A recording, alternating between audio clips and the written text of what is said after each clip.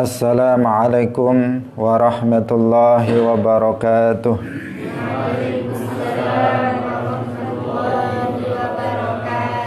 Alhamdulillahi rabbil alamin.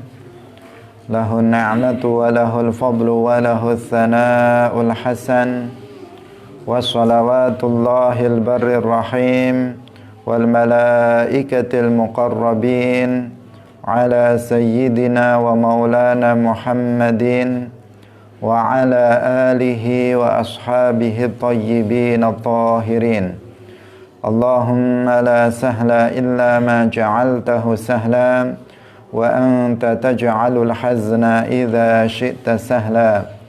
Allahumma arzuqna al-ikhlasa fin niyyati wal qawli wal amal. Wa ba'du. Ila nabiyil mustafa sallallahu alaihi wasallam wa ikhwanihi minal anbiya'i wal mursalin wa syuhada'i was salihin, khususan ila sultanil awliya Syekh Abdul Qadir Al-Jilani wa Syekh Ahmad Ar-Rifa'i wa Syekh Bahauddin An-Naqsyabandi wa Syekh Abdullah Al-Harari wa ila arwahi muassisi Jam'iyyati Nahdlatul Ulama Syekh Muhammad Hashim Asy'ari wa Syekh Bisri Sansuri wa Syekh Abdul Wahhab Hasbuh wa ila arwahi jami'i ahli al-qubur minal muslimin wal muslimat wal mu'minin wal mu'minat min masyariqil ardi ila magharibiha, khususan ila arwahi abaina wa ummahatina wa ajdadina wa jaddatina wa masyayikhina wa masyayikhi masyayikhina. Al-Fatihah. A'udzu billahi minasy syaithanir rajim. Bismillahirrahmanirrahim. Alhamdulillahi rabbil alamin. Ar-Rahmanir Rahim. Maliki yaumiddin. Iyyaka na'budu wa iyyaka nasta'in. Ihdinas siratal mustaqim. Siratal ladzina an'amta 'alaihim ghairil maghdubi 'alaihim waladdallin. Amin. Mari kita baca nazam 1 sampai 10. 1, 2, 3.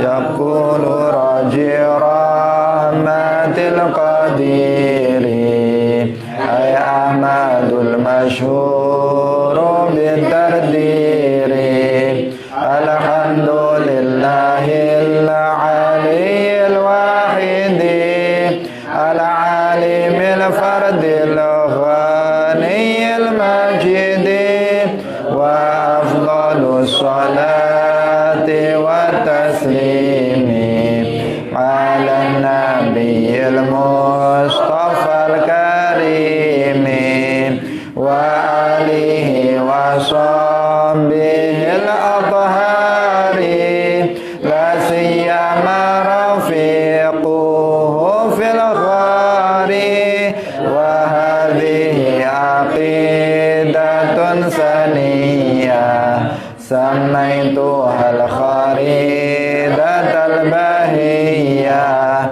latifatun saghiratun fil hajmi lakinnaha kabiratun fil ilmi takfika ilman in turid an taktafi li'annaha bizubdatil fanni tafi wallaha arju fi qabulil amali wa naf'a minha thumma ghafra zalali aksamu hukmil aqli la mahala hiyal wujubu thumma al-istihala thumma al-jawazu thalithul aqsami fafham munihta ladzatal afhami.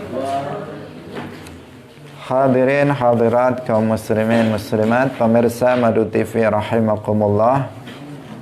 Alhamdulillah, puji syukur marilah kita sampaikan kepada Allah Subhanahu wa taala. Pada pagi hari ini kita kembali berkesempatan untuk bisa hadir dalam majelis Ilmuddin. Semoga kebersamaan kita pada pagi hari ini bermanfaat bagi kita semuanya fid dunya wal akhirah. Amin ya rabbal alamin. Salawat dan salam semoga tetap tercurahkan, terlimpahkan kepada Nabi Agung Nabi Muhammad sallallahu alaihi wasallam, para sahabatnya, keluarganya serta seluruh umat Islam yang mengikuti beliau ila yaumil qiyamah. Hadirin hadirat pemirsa Madu TV yang berbahagia, mari kita ikhlaskan niat kita hadir dalam majelis ilmu ini semata-mata untuk mendapatkan ridha dari Allah Subhanahu wa taala.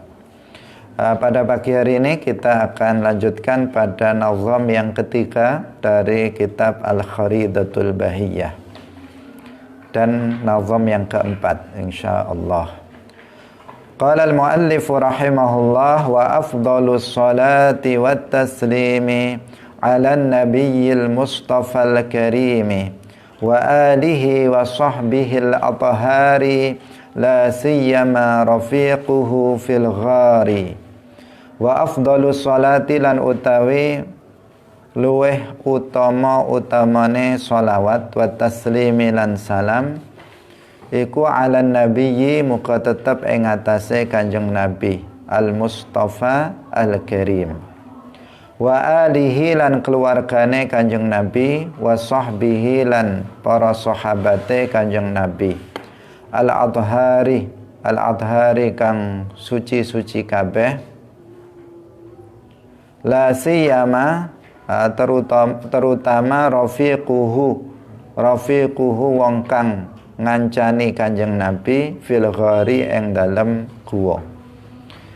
Hadirin hadirat rahimakumullah, al-muallif asy-syaikh Ahmad Ad-Dardir beliau mengatakan sholawat dan salam yang paling utama semoga tetap terlimpahkan kepada Nabi Muhammad al-Mustafa al-Karim, itu nama dari nama Nabi Muhammad. Kemudian dan juga kepada keluarganya, keluarga Nabi dan para sahabat Nabi yang suci, la siyama rafiquhu fil ghari, terutama teman beliau, orang yang menemani beliau di dalam gua. Hadirin hadirat rahimakumullah.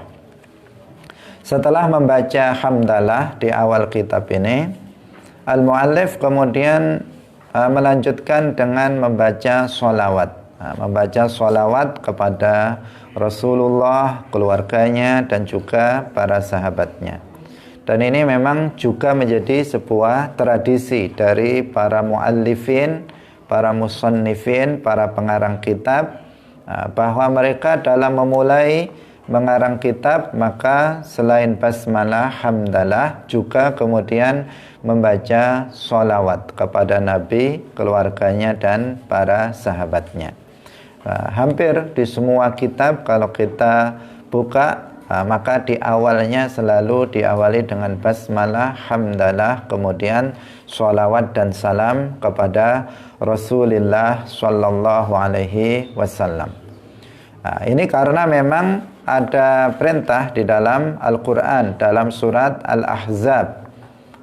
Allah Subhanahu wa taala berfirman, innallaha wa malaikatahu yusalluna 'alan nabi ya ayyuhalladzina amanu sallu 'alaihi wa sallimu taslima.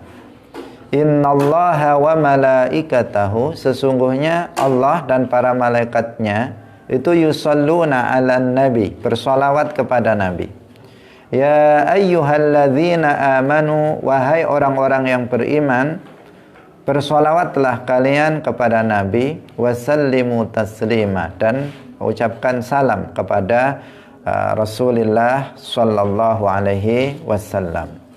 Hadirin hadirat rahimakumullah. Dasarnya adalah ini yang menjadikan para musannifin, para muallifin, para pengarang kitab itu selalu menyertakan sholawat di awal kitabnya kepada Rasulullah Sallallahu Alaihi Wasallam.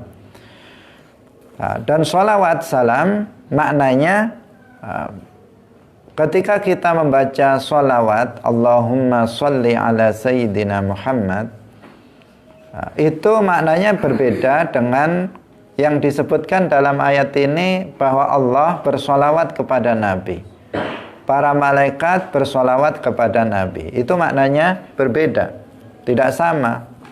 Bukan ketika dikatakan sesungguhnya Allah bersholawat kepada Nabi, bukan artinya Allah itu membaca Allahumma sholli ala Muhammad seperti kita membaca sholawat kepada Nabi. Tidak. Karena sholawat itu doa. Allah enggak berdoa kepada siapa? Allah itu yang diminta. Allah itu yang dimintai permohonan. Maka ketika dikatakan Allah yusolli ala Nabi, maknahu artinya adalah Allah yarhamuhu. Artinya Allah itu memberikan rahmat kepada Nabi. Jadi Allahu yusolli ala Nabi artinya Allahu yarhamu an-nabiyya, bahwa Allah itu memberikan rahmat kepada Nabi Muhammad sallallahu alaihi wasallam. Bukan artinya Allah membaca sholawat seperti halnya kita membaca sholawat Allahumma sholli ala Sayyidina Muhammad, bukan seperti itu. Wa malaikatahu yusholluna ala nabi, dan para malaikat mereka juga bersolawat kepada Nabi. Apa arti solawatnya para malaikat kepada Nabi? Artinya yastaghfiruna lahu, artinya bahwa para malaikat itu memintakan ampunan untuk Nabi Muhammad sallallahu alaihi wasallam. Meskipun Nabi Muhammad itu orang yang ma'sum, beliau terjaga dari melakukan dosa-dosa besar, apalagi kekufuran, dosa-dosa kecil yang mengandung unsur kehinaan jiwa pelakunya. Ini maksum.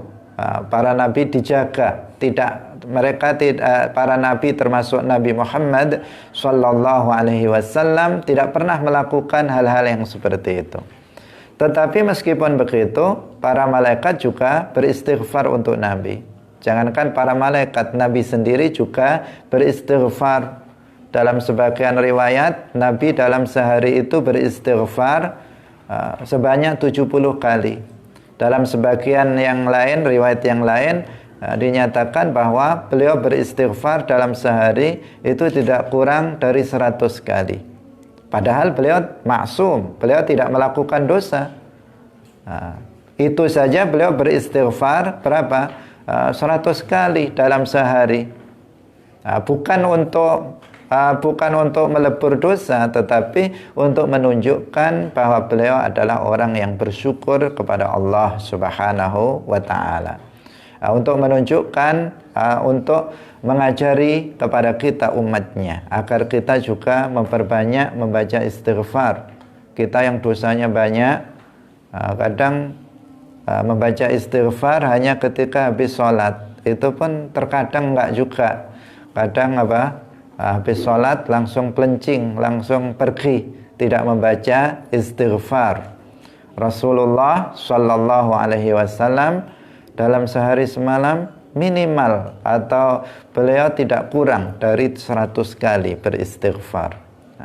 Maka kita pun hendaknya lebih dari itu dalam membaca istighfar, karena Nabi yang tidak berdosa itu melakukan sampai seperti itu, sedangkan kita yang dosanya sangat banyak, maka hendaknya lebih banyak dalam beristighfar kepada Allah Subhanahu wa ta'ala. Jadi para malaikat mereka memintakan ampunan untuk Rasulullah sallallahu alaihi wasallam, beristighfar untuk Rasulullah, meskipun Rasulullah itu orang yang maksum, tidak melakukan dosa, tidak ada dosa bagi Rasulullah sallallahu alaihi wasallam.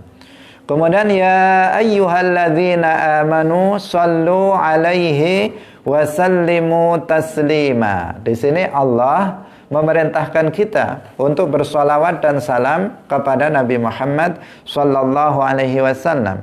Untuk kita membaca solawat. Allahumma salli ala sayyidina Muhammad wa sallim. Dengan berbagai sighah, dengan berbagai bentuk solawat. Kita bisa mengatakan Allahumma salli ala sayyidina Muhammad wa sallim pakai sayyidina, atau tanpa sayyidina Allahumma salli ala Muhammad wa sallim, atau Allahumma salli wa sallim ala sayyidina Muhammad, atau sallallahu ala Muhammad misalnya, sallallahu ala Muhammad misalnya, sallallahu ala Muhammad, atau dengan berbagai macam bentuk sholawat. Sholawat badar, ada sholawat nariyah, ada sholawat tibbul qulub, ada sholawat al-fatih dan sebagainya, al-munjiyat dan sebagainya. Berbagai macam sholawat boleh kita baca, dan ini adalah sebagai pengamalan dari perintah Allah subhanahu wa ta'ala, ya ayyuhalladzina amanu sallu alaihi wa sallimu taslima. Nah, apa makna ketika kita membaca sholawat? Terkadang kita sering membaca sholawat, tetapi sebagian kita itu tidak memahami apa maknanya. Ketika kita mengatakan Allahumma sholli ala Muhammad, apa maknanya? Ketika kita mengatakan Allahumma sallim ala Muhammad, apa maknanya? Nah, itu kita hendaknya mengetahuinya juga agar kita bisa memahami sholawat yang kita baca. Hadirin hadirat rahimakumullah, Allahumma sholli ala Muhammad artinya Allahumma zid syarafan wa ta'ziman li nabiyyina Muhammadin sallallahu alaihi wasallam. Ya Allah, tambahkanlah keagungan dan kemuliaan untuk Nabi Muhammad sallallahu alaihi wasallam. Itu maknanya. Zid syarafan wa ta'ziman li sayyidina Muhammadin sallallahu alaihi wasallam. Ya Allah, tambahkanlah keagungan dan kemuliaan untuk Nabi Muhammad sallallahu alaihi wasallam. Itu artinya kita Allah membaca Allahumma sholli ala Muhammad. Ya Allah, tambahkanlah keagungan, kemuliaan untuk Nabi Muhammad. Nah, padahal kita tahu Nabi Muhammad adalah afdhalul makhluqat alal itlaq. Nabi Muhammad adalah makhluk yang termulia secara mutlak. Nggak ada makhluk yang lebih mulia dari Nabi Muhammad. Nabi Muhammad lebih mulia dari seluruh para nabi lainnya. Nabi Muhammad lebih mulia dari seluruh para malaikat. Nabi Muhammad lebih mulia dari semua makhluk. Lebih mulia dari Ka'bah. Lebih mulia dari langit. Lebih mulia bahkan dari amal soleh yang kita lakukan. Nabi Muhammad adalah afdolul makhlukat. Makhluk yang derajatnya, keutamaannya, kemuliaannya paling tinggi. Tetapi meskipun demikian, kemuliaan itu bisa bertambah. Meskipun kemuliaan seseorang itu sudah sangat tinggi, kemuliaan itu apa? Bisa bertambah. Bisa bertambah. Kemuliaan yang dimaksud adalah kemuliaan indallah. Kemuliaan menurut Allah subhanahu wa ta'ala. Bisa naik, bisa bertambah. Maka ketika kita mengatakan Allahumma sholli ala Muhammad, artinya ya Allah, tambahkanlah kemuliaan Nabi Muhammad. Beliau sudah paling mulia, semoga kemuliaannya bertambah. Setiap umat Islam bersolawat untuk Nabi, mendoakan tambahan kemuliaan untuk Nabi Muhammad sallallahu alaihi wasallam. Itu maknanya. Allahumma sholli ala Muhammad. Sekarang wasallim ala sayyidina Muhammad. Apa artinya wasallim? Wasallim artinya ya Allah. Ya Allah, berikanlah keamanan. Berikanlah keamanan kepada Nabi Muhammad dari sesuatu yang beliau khawatirkan terjadi pada umatnya. Artinya apa? Ya Allah, berikanlah keamanan untuk Nabi Muhammad sallallahu alaihi wasallam, untuk Nabi Muhammad sallallahu alaihi wasallam dari sesuatu yang beliau khawatirkan terjadi kepada umatnya. Kita mengetahui bahwa Nabi Muhammad sallallahu alaihi wasallam beliau adalah orang yang sangat sayang terhadap umatnya. Beliau selalu berpikir, memikirkan keselamatan umatnya. Beliau tidak menginginkan terjadi sesuatu yang buruk terjadi pada umatnya. Sehingga beliau selalu mengkhawatirkan keadaan umatnya. Terutama dalam kehidupannya nanti di akhirat. Itu sangat difikirkan oleh Rasulullah Sallallahu Alaihi Wasallam. Sehingga ketika beliau diminta memilih antara syafaat atau sebagian dari umatnya masuk ke dalam surga, sebagian, atau beliau diberikan syafaat, maka beliau memilih syafaat. Kenapa? Karena syafaat ini lebih mencakup, lebih luas. Karena beliau bisa memberikan syafaat pertolongan kepada umatnya sehingga mereka di akhirat nanti tidak akan masuk ke dalam neraka, sebaliknya akan masuk ke dalam surga. Banyak sekali kisah-kisah yang menceritakan tentang betapa Rasulullah Shallallahu Alaihi Wasallam itu sayang kepada umatnya dan beliau mengkhawatirkan terjadi sesuatu kepada umatnya. Maka ketika kita membaca Allahumma sallim ala Sayyidina Muhammad wa sallim ala Sayyidina Muhammad, artinya ya Allah, apa yang dikhawatirkan oleh Nabi terjadi pada kami, umatnya, semoga tidak terjadi. Semoga engkau memberikan keamanan untuk Nabi Muhammad dari sesuatu yang dikhawatirkan akan terjadi pada umat Nabi Muhammad. Nabi Muhammad mengkhawatirkan umatnya terjadi ini sesuatu yang tidak baik, maka semoga itu tidak terjadi. Apa yang dikhawatirkan oleh Nabi pada umatnya, semoga itu tidak terjadi. Maka salamnya di sini, wasallim ala Muhammad, itu manfaatnya kembali kepada kita. Manfaatnya kembali kepada kita. Karena kita berdoa agar apa yang dikhawatirkan oleh Nabi terjadi pada kita itu tidak terjadi. Maka jika tidak terjadi, maka manfaatnya kembali kepada kita.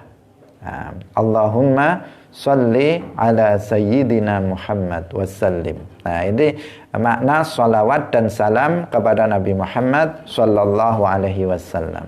Sehingga kalau kita mengetahui maknanya, maka kita dalam membaca salawat bisa lebih khusyuk, bisa lebih menghayati apa yang kita baca. Allahumma salli ala Sayyidina Muhammad wassallim. Ya Allah, semoga Engkau memberikan tambahan kemuliaan kepada Nabi Muhammad. Semoga apa yang dikhawatirkan oleh Nabi Muhammad terjadi pada umatnya tidak terjadi.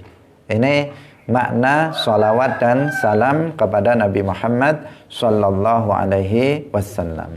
Hadirin hadirat yang dirahmati oleh Allah Subhanahu wa taala. Jadi membaca salawat diperintahkan. Karena itulah muallif bersolawat kepada Nabi setelah beliau membaca hamdalah.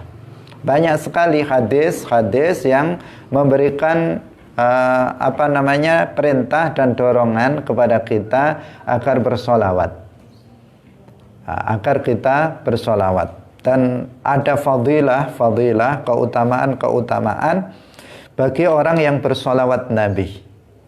Di antara hadis disebutkan, man shalla alayya marratan sallallahu biha ashran, wa man shalla alayya ashran sallallahu alaihi biha mi'ah.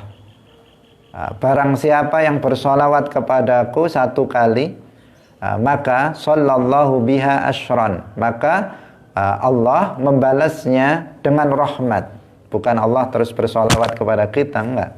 Kalau kita membaca solawat kepada Nabi, Allahumma sholli ala Muhammad satu kali, maka Allah akan membalas solawat kita itu dengan rahmat Allah untuk kita 10 10 kali lipat. Dilipatkan 10 kali. 1 kali bersolawat, 10 rahmat diberikan oleh Allah untuk kita. Wa man shalla alayya asyran, barang siapa yang bersolawat kepadaku 10 kali, maka dikalikan 10 kali 10, sallallahu alaihi biha mi'ah, maka Allah akan memberikan rahmatnya 100 rahmat diberikan kepada kita. Artinya ini sesuatu yang luar biasa, membaca sholawat kepada Nabi, fadilahnya. Maka kita hendaknya memperbanyak membaca sholawat kepada Rasulullah. Bahkan membaca sholawat itu ada fadilah lain, yaitu akan bisa menghapus dosa-dosa. Dalam hadis yang lain disebutkan, man shalla alayya sholatan tilqa'a nafsihi sallallahu alaihi biha asyra salawatin wa hutta anhu asyru sayyiatin wa rufi'a lahu asyru darajatin. Barang siapa yang bersolawat kepadaku 1 kali, 1 kali dia bersolat kepadaku 1 kali, tilqa'a nafsihi, dia melakukannya dengan kemauannya sendiri, dengan kemauannya sendiri, sallallahu alaihi biha asyra salawatin, maka Allah akan membalasnya dengan rahmat 10 kali lipat. Wa hutta anhu asyru sayyiat, dan dihapus darinya 10 dosa, 10 keburukan dihapus dari orang yang bersolawat 1 kali saja. Bagaimana jika membacanya berkali-kali? Tentu akan dilipat gandakan. Wa rufi'a lahu asyru darajat, dan diangkat untuk dia 10 derajat tingkatannya, keutamaan dia, kemuliaan dia naik 10 derajat indallah. Ini sesuatu yang luar biasa bagi orang yang bersolawat. Hadirin hadirat rahimakumullah, terutama kalau kita ada waktu-waktu tertentu yang bahkan sebagian itu diwajibkan membaca sholawat. Pada dasarnya nggak wajib, tetapi ada kalanya di waktu-waktu tertentu itu kita diwajibkan untuk bersholawat. Seperti ketika kita membaca tasyahud akhir, setelah membaca tasyahud akhir dalam sholat. Bukankah membaca sholawat kepada Nabi salah satu rukun dari rukun-rukun sholat setelah tasyahud akhir? Di sini hukum membaca sholawat hukumnya wajib. Kalau ada orang sholat dalam mazhab Syafi'i, dia sholat kemudian dia nggak membaca sholawat setelah tasyahud akhir, dia nggak membaca sholawat. Allahumma sholli ala sayyidina Muhammad wa ala ali sayyidina Muhammad kama shollaita ala sayyidina Ibrahim, dan seterusnya. Dia tidak membaca sholawat, maka apa hukum sholatnya? Tidak sah, batal, tidak sah sholatnya. Ini berarti membaca sholawat di dalam terkadang itu hukumnya wajib, seperti ketika seseorang melakukan sholat, atau ketika seseorang sholat jenazah. Dalam sholat jenazah, salah satu rukun sholat jenazah biasanya dibaca setelah takbir yang kedua, itu seseorang membaca sholawat, Allahumma sholli ala sayyidina Muhammad. Berarti di sini hukumnya juga wajib seseorang untuk bersholawat kepada Nabi. Ada kalanya itu sebagai adab, sebagai adab, artinya tidak wajib hukumnya, tetapi dia hendaknya membacanya, membaca sholawat itu, yaitu terutama ketika seseorang akan memulai berdoa. Dalam memulai berdoa, kita dalam berdoa itu dianjurkan diawali dengan bacaan hamdalah. Pertama langsung alhamdulillahi rabbil alamin, bukan sholawat dulu. Meskipun sebagian orang ada yang bersolawat terlebih dahulu, tetapi disebutkan oleh para ulama seperti dalam kitab Al-Adhkar An-Nawawiyah dan lainnya, dalam berdoa kita memulainya dengan bacaan hamdalah, alhamdulillahi rabbil alamin, baru kemudian solawat, baru kemudian membaca solawat. Dalam hadis Rasulullah sallallahu alaihi wasallam, beliau bersabda, "Idza shalla ahadukum falyabda." Idza shalla ahadukum falyabda bitamjidillahi wassana'i alaihi thumma yusalli 'alan nabiyyi thumma yad'u ba'd bima sya'ah. Idza shalla ahadukum, jika salah seorang kalian itu berdoa. Shalla di sini berdoa karena makna dasar dari salat itu doa. Idza shalla ahadukum, jika salah seorang di antara kalian itu berdoa, falyabda bitamjidillahi watsana'i alaihi, maka hendaknya dia memulainya dengan memuji Allah, artinya dengan membaca hamdalah. Tsumma yusalli 'alan nabiyyi, kemudian hendaknya dia membaca sholawat kepada Nabi. Tsumma yad'u, kemudian dia berdoa setelah itu bima syaa, sesuai dengan apa yang dia kehendaki. Nah, ini hadis yang menunjukkan tentang adab di dalam berdoa. Demikian juga kalau kita mendengar nama Nabi disebutkan. Kalau nama Nabi Muhammad sallallahu alaihi wasallam disebut oleh seseorang, kita menyebutnya dengan lisan. Misalnya kita membaca Muhammad, maka hendaknya diikuti sallallahu alaihi wasallam. Atau kita mendengar seseorang membaca sholawat, seseorang menyebut nama Nabi Muhammad, maka hendaknya kita bersolawat. Allahumma sholli ala sayyidina Muhammad sallallahu alaihi misalnya, sallallahu ala Muhammad. Nah, jangan lupa kalau ada seseorang menyebut Muhammad, jangan lupa bersolawat, jangan diam saja. Jangan diam saja. Kenapa? Karena Rasulullah menyebut orang yang seperti ini sebagai al-bakhil. Dalam sebuah hadis Rasulullah bersabda, al-bakhilu man dzukirtu indahu falam yusalli alayya. Al-bakhilu man dzukirtu indahu, orang yang bakhil itu adalah orang yang aku disebut di depannya, falam yusalli alayya, tetapi dia tidak mau bersolawat kepadaku. Namaku disebut, dia diam saja, kayak nggak dengar. Nggak membaca sholawat sallallahu ala Muhammad atau sallallahu alaihi, Allahumma sholli ala Muhammad. Nah, itu dia tidak membaca itu. Nah, dia diam saja. Maka Rasulullah menyebut dia al-bakhil. Bagaimana rasanya jika kita disebut al-bakhil oleh Rasulullah? Nah, jika yang menyebut teman kita mengatakan kamu itu kok bakhil, itu saja kita nggak enak rasanya dikatakan bakhil. Kalau tetangga kita bilang kita bakhil, itu kita nggak enak rasanya, bisa marah atau bisa tidak senang. Nah, lalu bagaimana jika yang menyebut kita itu bakhil adalah Rasulullah? Tentu itu sesuatu yang sangat tidak baik.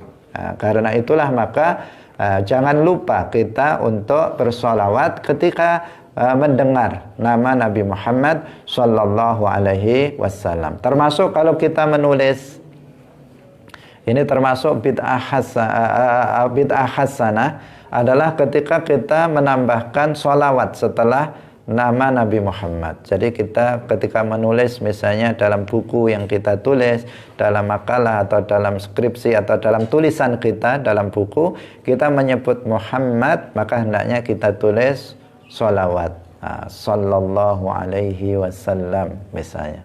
Kita tulis seperti itu. Tetapi ingat, jangan disingkat. Tetapi hendaknya kita tulis lengkap. Namanya sholawat itu ya lengkap. Jangan ditulis SAW. Banyak sekarang orang di buku-buku ketika dia menyebut Muhammad kemudian ditambahi SAW. Allah ditambahi SWT. Apa itu? Apa SAW itu? SAW itu singkatan bisa dipelesetkan kemana-mana. SAW bisa, kalau petani ya sawah, apalagi anak, dan seterusnya. Karena setiap orang bisa memelesetkannya kemana-mana. Itu bukan sholawat, SAW bukan sholawat. Dalam bahasa Arab ditulis shod saja, nah, itu nggak boleh. Atau ditulis shol'am, itu juga tidak boleh. Para ulama sudah menjelaskannya. Seperti bahkan Hadratus Syekh Hashim Asy'ari dalam kitabnya menjelaskan tentang bahwa menyingkat sholawat dengan shol'am, dengan shod, itu sesuatu yang bid'ah, yang makruhah. Bid'ah yang makruhah, bid'ah yang hukumnya makruh. Tidak selayaknya kita yang menginginkan pahala dari Allah, yang menginginkan bersolawat kepada Nabi, yang mencintai Rasulullah, kemudian menyingkat itu. Apalagi dalam tulisan. Kalau dalam lisan coba kita ucapkan, misalnya seseorang mengatakan Nabi Muhammad SAW bersabda, masa begitu? Itu kan gak enak juga di telinga. Maka ketika di lisan kita mengatakan Nabi Muhammad sallallahu alaihi wasallam bersabda, maka dalam tulisan kita juga tulis Muhammad sallallahu alaihi wasallam bersabda. Kalau Allah juga ditulis Allah subhanahu wa ta'ala, Allahu ta'ala, ditulis seperti itu, lengkap. Kalau kita menulisnya dengan lengkap, sholawat dengan lengkap, maka kita akan mendapatkan pahala. Selama tulisan itu masih tertulis dalam buku kita, maka kita akan senantiasa mendapatkan pahala dari Allah subhanahu wa ta'ala. Maka jangan sia-siakan. Apa beratnya menulis sallallahu alaihi wasallam? Kalaupun tinta habis berapa banyak? Apalagi pakai nulisnya pakai komputer atau HP, tidak banyak waktu yang dibutuhkan. Dan apabila itu memerlukan waktu pun, maka waktu itu akan bermanfaat. Tinta yang kita gunakan juga akan bernilai manfaat bagi kita untuk kepentingan akhirat kita. Maka jangan disingkat. Jangan disingkat. Ini peringatan bagi kita semuanya. Mbah Hashim Asy'ari menjelaskan hal itu. Hadirin hadirat rahimakumullah, terutama pada hari Jumat. Sekarang kita berada pada hari Jumat, maka kita sangat dianjurkan untuk membaca sholawat kepada Rasulullah sallallahu alaihi wasallam sebanyak-banyaknya. Sepanjang waktu di hari Jumat ini kita hendaknya memperbanyak sholawat kepada Nabi, karena ada hadis yang menyebutkan, terutama setelah asar. Setelah asar disebutkan, man shalla alayya asra yaumil jumu'ah thamanina marrah ghafarallahu lahu dhunuba thamanina aman. Man shalla alayya asra yaumil jumu'ah, barang siapa yang bersolawat kepadaku pada hari Jumat, berapa kali? Thamanina marrah, 80 kali. Setelah asar, di waktu asar, setelah sholat asar misalnya, pokoknya di waktu asar, kita membaca sholawat 80 kali, maka fadilahnya apa? Ghafarallahu lahu dhunuba thamanina aman. Maka Allah akan mengampuni dosa dia selama 80 tahun. Bayangkan, umur kita belum tentu 80 tahun, tetapi jika kita bersolawat setiap hari Jumat 80 kali, maka Allah subhanahu wa ta'ala akan mengampuni dosa kita selama 80 tahun. Maka sangat disayangkan jika pada asar hari Jumat kemudian kita menyibukkan dengan hal-hal yang lain.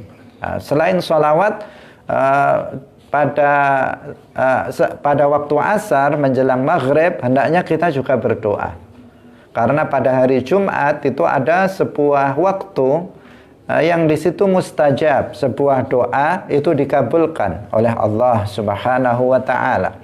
Meskipun waktu secara pasti itu dirahasiakan. Dirahasiakan kapan? Waktu saat di hari Jumat doa seseorang itu mustajab. Pada saat kapan? Di sini dirahasiakan. Tetapi sebagian ulama mengatakan bahwa waktu itu adalah, sebagian ulama mengatakan waktu itu adalah ketika khatib duduk di antara dua khutbah. Ketika khatib khutbah, kemudian duduk untuk khutbah yang kedua. Di saat khatib duduk itulah waktu yang mustajab untuk berdoa. Maka berdoalah saat khatib sedang duduk di antara dua khutbah. Sebagian ulama yang lain mengatakan bahwasanya waktu mustajab itu adalah setelah asar di hari Jumat. Setelah asar di hari Jumat. Maka sebelum maghrib, menjelang maghrib di waktu asar, sempatkan untuk berdoa. Apa yang kita hajatkan, kita berdoa kepada Allah, karena itu adalah waktu yang mustajab sebagaimana penjelasan dari para ulama. Hadirin hadirat rahimakumullah. Sholawat yang kita baca kepada Rasulullah Sallallahu Alaihi Wasallam itu akan disampaikan kepada Nabi. Akan disampaikan kepada Nabi. Meskipun kita bersholawat di sini, terkadang dengan suara yang lirih, kita bersholawat dengan suara lirih. Allahumma sholli ala Muhammad. Dengan suara lirih, tidak keras. Keras pun juga nggak akan terdengar sampai ke Madinah secara zahir. Tetapi sholawat yang kita baca itu ada malaikat yang ditugaskan oleh Allah untuk menyampaikannya kepada Nabi Muhammad Sallallahu Alaihi Wasallam yang ada di Madinah. Dalam sebagian hadis itu disebutkan inna afdhala ayyamikum yaumul jumu'ah. Sesungguhnya hari yang paling utama bagi kalian adalah hari Jumat. Fa'akthiru alayya minas salati fihi. Maka perbanyaklah membaca salawat kepadaku. Fa inna salatakum ma'rudatun alayya. Sesungguhnya bacaan salawat kalian itu ditampakkan kepadaku. Ditampakkan kepadaku artinya ada malaikat yang ditugaskan oleh Allah untuk menyampaikan sholawat kita kepada Nabi, sholawat dan salam kita kepada Nabi. Jadi ketika kita membaca Allahumma sholli ala sayyidina Muhammad, maka ada malaikat yang kemudian datang kepada Nabi di kuburnya mengatakan bahwa si fulan telah bersholawat dan salam kepadamu. Ada yang menyampaikan sholawat dan salam itu kepada Rasulullah Sallallahu Alaihi Wasallam. Sebagian sahabat bertanya, bagaimana bisa itu wahai Rasulullah, sedangkan engkau ketika itu sudah wafat, sudah meninggal. Kemudian Rasulullah bersabda bahwa al-anbiya ahya'un fi quburihim yusallun, bahwa para nabi itu adalah hidup di dalam kuburnya. Meskipun mereka secara lahiriah terlihat sudah wafat, tetapi para nabi itu hidup di dalam kuburnya. Dan ketika umatnya bersolawat kepada beliau, maka ada malaikat yang datang kepada beliau menyampaikan solawatnya orang tersebut kepada Nabi. Semakin kita banyak membaca solawat, berarti semakin sering nama kita disebut di hadapan Rasulullah Sallallahu Alaihi Wasallam. Semakin jarang kita bersolawat, maka semakin jarang pula nama kita disebut di hadapan Nabi. Jika kita semakin banyak membaca solawat Nabi dan nama kita semakin sering disebut di hadapan Nabi, maka kita berpeluang untuk mendapatkan cinta Rasulullah Sallallahu Alaihi Wasallam yang kemudian juga berpeluang kita untuk bisa bermimpi bertemu dengan Rasulullah Sallallahu Alaihi Wasallam. Kalau kita memperbanyak sholawat, terus Nabi mengenal kita, maka bisa jadi Allah akan memudahkan kepada kita untuk bisa melihat Rasulullah Sallallahu Alaihi Wasallam dalam tidur kita. Dan itu adalah busyra, itu adalah kabar gembira bagi seseorang yang bisa melihat Rasulullah Sallallahu Alaihi Wasallam dalam mimpinya.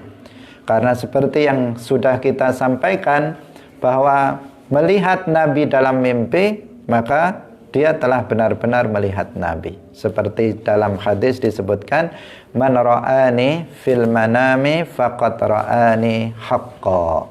Barang siapa yang melihatku dalam tidurnya, maka dia benar-benar telah melihatku.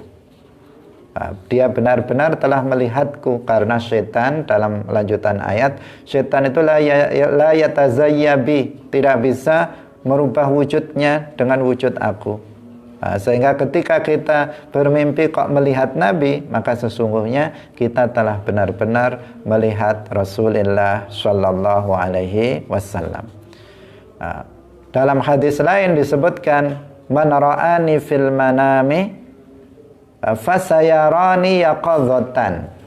Barang siapa yang melihatku dalam tidur, maka dia akan melihatku dalam keadaan jaga, dalam keadaan tidak tidur. Meskipun kita di Indonesia misalnya, kita tidak ke Madinah, maka kita akan, jika kita pernah melihat Nabi dalam mimpi, maka kita akan melihat Rasulullah dengan mata kepala kita dalam keadaan tidak tidur. Sebelum seseorang meninggal dunia, dia akan bisa melihat Rasulullah Sallallahu Alaihi Wasallam, dan ini menunjukkan bahwa dia akan mati dalam keadaan husnul khotimah. Karena itu harus kita kejar, kita harus berusaha untuk bisa mendapatkan rezeki berupa bermimpi bertemu dengan Rasulullah Sallallahu Alaihi Wasallam. Sungguh sebuah anugerah yang sangat besar.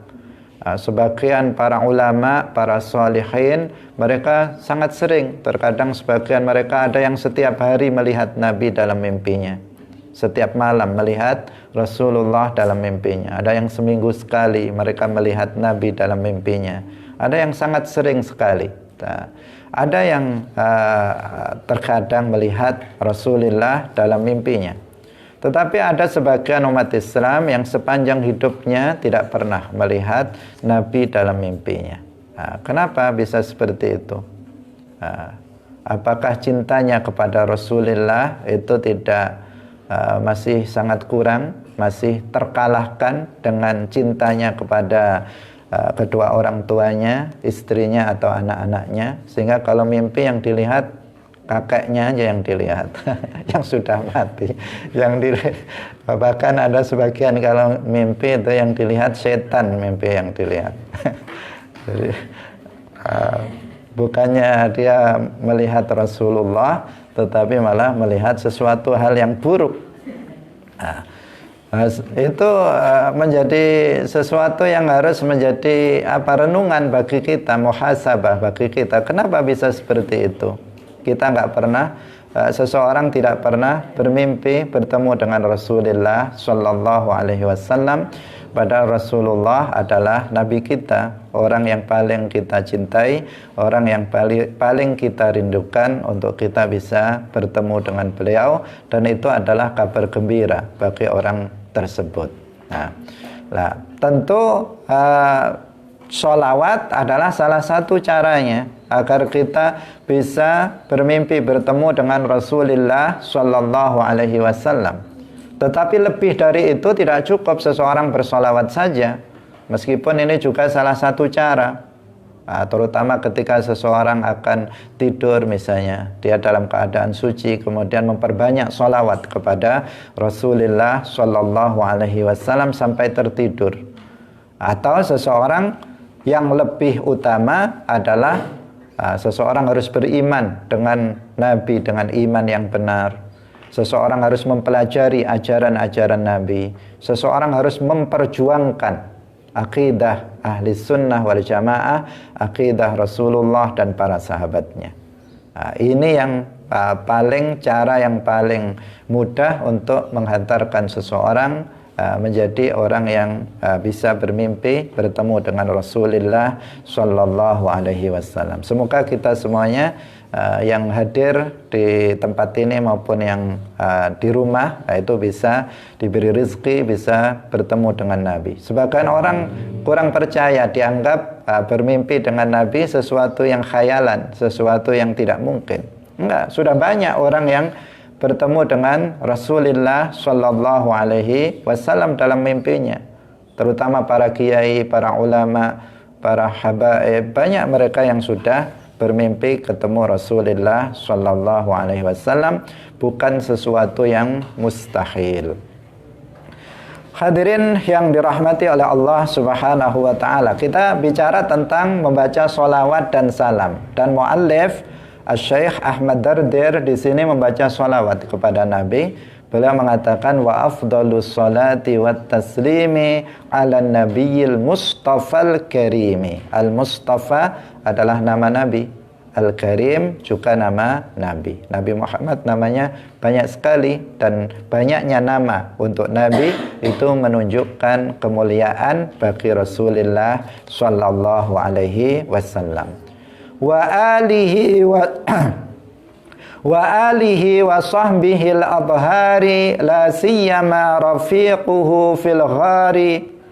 Wa alihi, dan salat salam semoga kepada keluarga Nabi. Keluarga Nabi itu ya istri-istri Nabi, kemudian anak-anak Nabi, itu yang dimaksud dengan keluarga Rasulullah sallallahu alaihi wasallam. Kita wajib juga mencintai keluarga Rasulullah sallallahu alaihi wasallam. Nah, maksud keluarga di sini adalah keluarga Nabi yang beriman. Nah, kalau ada yang keluarga dari nasab seperti paman Nabi tetapi tidak beriman seperti Abu Jahal, Abu Lahab, kemudian siapa namanya, Abu Thalib, maka tidak seyogyanya atau tidak boleh kita maka itu tidak disebut sebagai alun Nabi. Maka itu tidak disebut sebagai alun Nabi atau tidak disebut sebagai keluarga Nabi. Keluarga Nabi adalah mereka yang beriman, kerabat Nabi yang beriman, istri-istri Nabi, anak-anaknya Nabi, paman, bibi Nabi yang beriman, mereka adalah kerabat Rasulullah sallallahu alaihi wasallam. Maka kita berdoa untuk keluarga Nabi. Wa sahbihi, dan para sahabat Nabi. Sahabat sudah sering kita sampaikan. Sahabat adalah orang yang pernah bertemu dengan Nabi di saat hidupnya Nabi. Kalau yang seperti yang kita katakan tadi, bertemu dalam mimpi, itu tidak disebut sahabat. Tetapi sahabat itu orang yang pernah bertemu dengan Nabi ketika Nabi masih hidup. Di saat Nabi itu masih hidup, kemudian dia beriman dengan Nabi dan dia mati dalam keadaan beriman. Itu yang disebut sahabah. Sahabi. Nah, kalau seseorang itu bertemu tidak pada masa Nabi, maka dia bukan sahabat. Atau seseorang hidup di masa Nabi tetapi nggak pernah ketemu dengan Nabi, seperti Ashamah An-Najasyi. Ashamah An-Najasyi hidup pada masa Nabi, beliau beriman bahkan menjadi waliullah, seorang mukmin yang kamil. Tetapi beliau nggak pernah ke Madinah, nggak pernah ke Makkah untuk ketemu Nabi. Maka Ashamah ini tabi'i, bukan sahabi. Nah, jadi dia harus ketemu, kemudian ketemunya di saat Rasulullah masih hidup. Kemudian yang ketiga, dia beriman dengan Nabi. Kalau dia nggak beriman, dia tetap dalam kekufurannya, maka dia bukan disebut sebagai sahabi, bukan sahabat Nabi. Kemudian dia mati dalam keadaan beriman. Kalau dia pernah beriman kepada Nabi tetapi kemudian murtad, maka dia juga tidak disebut sahabi. Karena kita dalam sejarah, kita mengetahui ketika Rasulullah sallallahu alaihi wasallam itu wafat, banyak sekali orang yang kemudian murtad. Rasulullah wafat, begitu wafat kemudian banyak, bahkan ribuan orang itu kemudian murtad, keluar dari Islam, yang kemudian diperangi oleh Sayyidina Abi Bakar As-Siddiq radhiyallahu anhu, ditumpas.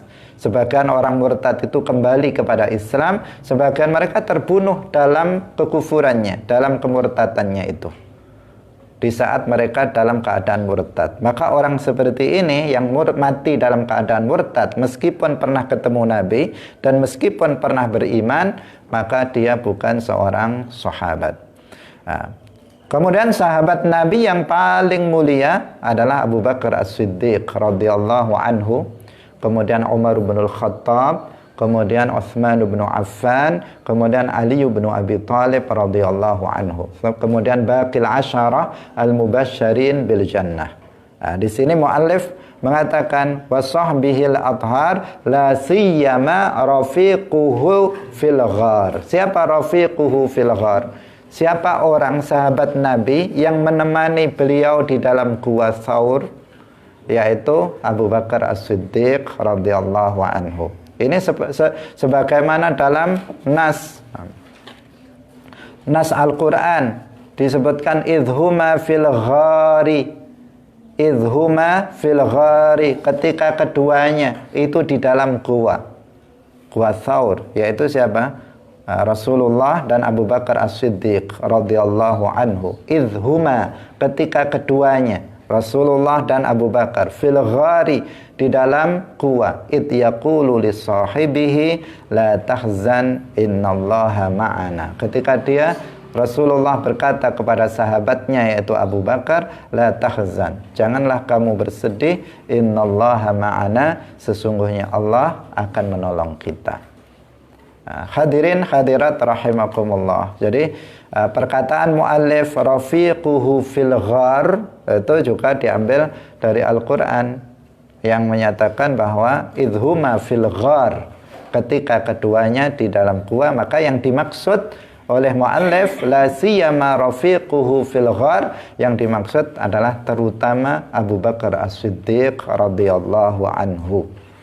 Jadi bersolawat salam kepada Nabi, kepada keluarga Nabi, kepada para sahabat, terutama adalah teman Nabi dalam hijrah ke Madinah yang ketika itu berada di dalam gua sebagaimana nas Al-Quran, yaitu Sayyiduna Abu Bakar As-Siddiq radhiyallahu anhu. Hadirin rahimakumullah, demikian pengajian kita pagi hari ini.